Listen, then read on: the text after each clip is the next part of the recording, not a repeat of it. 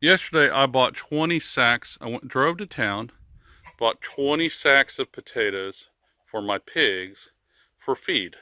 Those are $2 a sack. Oh, I guess they're about 40 pounds, maybe more.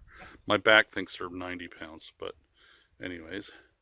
Yep, they load them in my little trailer. So there's the next adventure. I also bought 6 bags of corn and 2 bags of wheat for supplementing. I like my chickens to eat wheat and corn, and my pigs to eat corn. So I loaded all this into my trailer. There's my trailer. I feel like I'm selling it on Facebook Marketplace with this picture. I'm driving down the road with the trailer, and it's just brimming with sacks. And I had cardboard that I got for the wood stove to start fires in the morning. Go ahead, have that. One man's trash is another's starting a fire. And I welded this trailer, and here is the surprise. I'm driving down the road about 3 kilometers from us on our gravel road, and that axle broke. And the whole hub and wheel went down the road.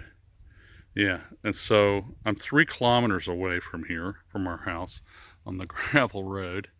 What do? Well, I can't replace it with the spare because what are you going to bolt it to? So I did what every other redneck would do. I just dragged it home, and you can see the drag marks in the driveway. Yeah. So you can see where it bent the tubing. Yes, I know it bent the tubing. The frame, not a big deal. I'll excise that or put a saddle around it, plating. It ripped off the rear tailgate, which I have over there. Broke my lighting wiring. It took part of the bumper, which is all tubing welded there. I mean, that'll easy weld back on there for me all that well. I'm not real upset about it. I'm gonna have to spend about $300 or $400 to get a new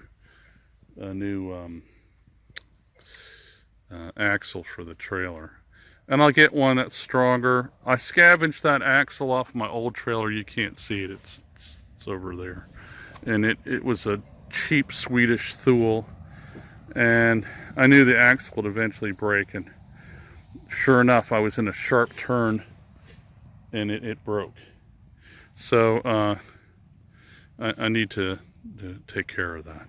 But it was a real interesting thing. I'm dragging this monstrosity down the road behind me.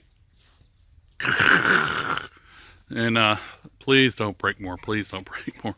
And eventually it ripped off the tailgate. And then I left like a Hansel and Gretel trail of sacks of potatoes about a kilometer long before I realized they were falling out.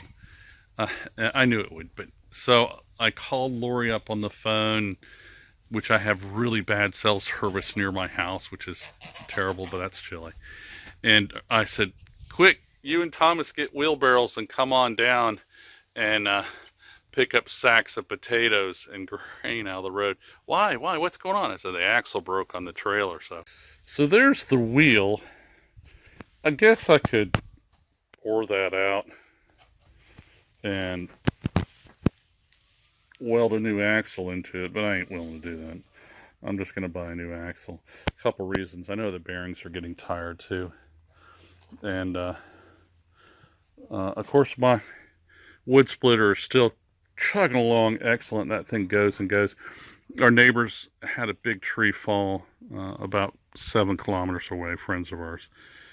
And just neighbors, and they're younger than me, but they needed help. So Thomas and I went down with the wood splitter and split up this tree. We still have to, it's another day's work there, so we're going to do more of that. But anyways, broken trailer, new axle, and that's another project.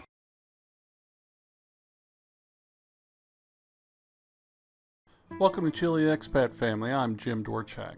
Back in 2013, Lori, my wife, and we moved ourselves and our 3 children to Chile for an adventure.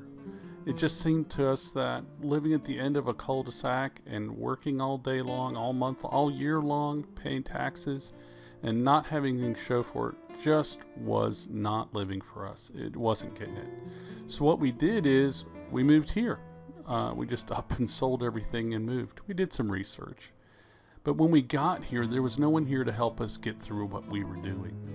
Accurate information about buying land, immigration, building a house, that just wasn't available. I couldn't find it, and what I did find was not factual. Sometimes it was flat out lies.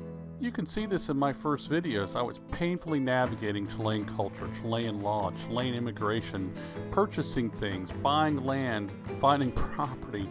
All that stuff is just, I had to learn it, and there was nobody here to help me. I didn't want anybody else to go through that. So what did I do?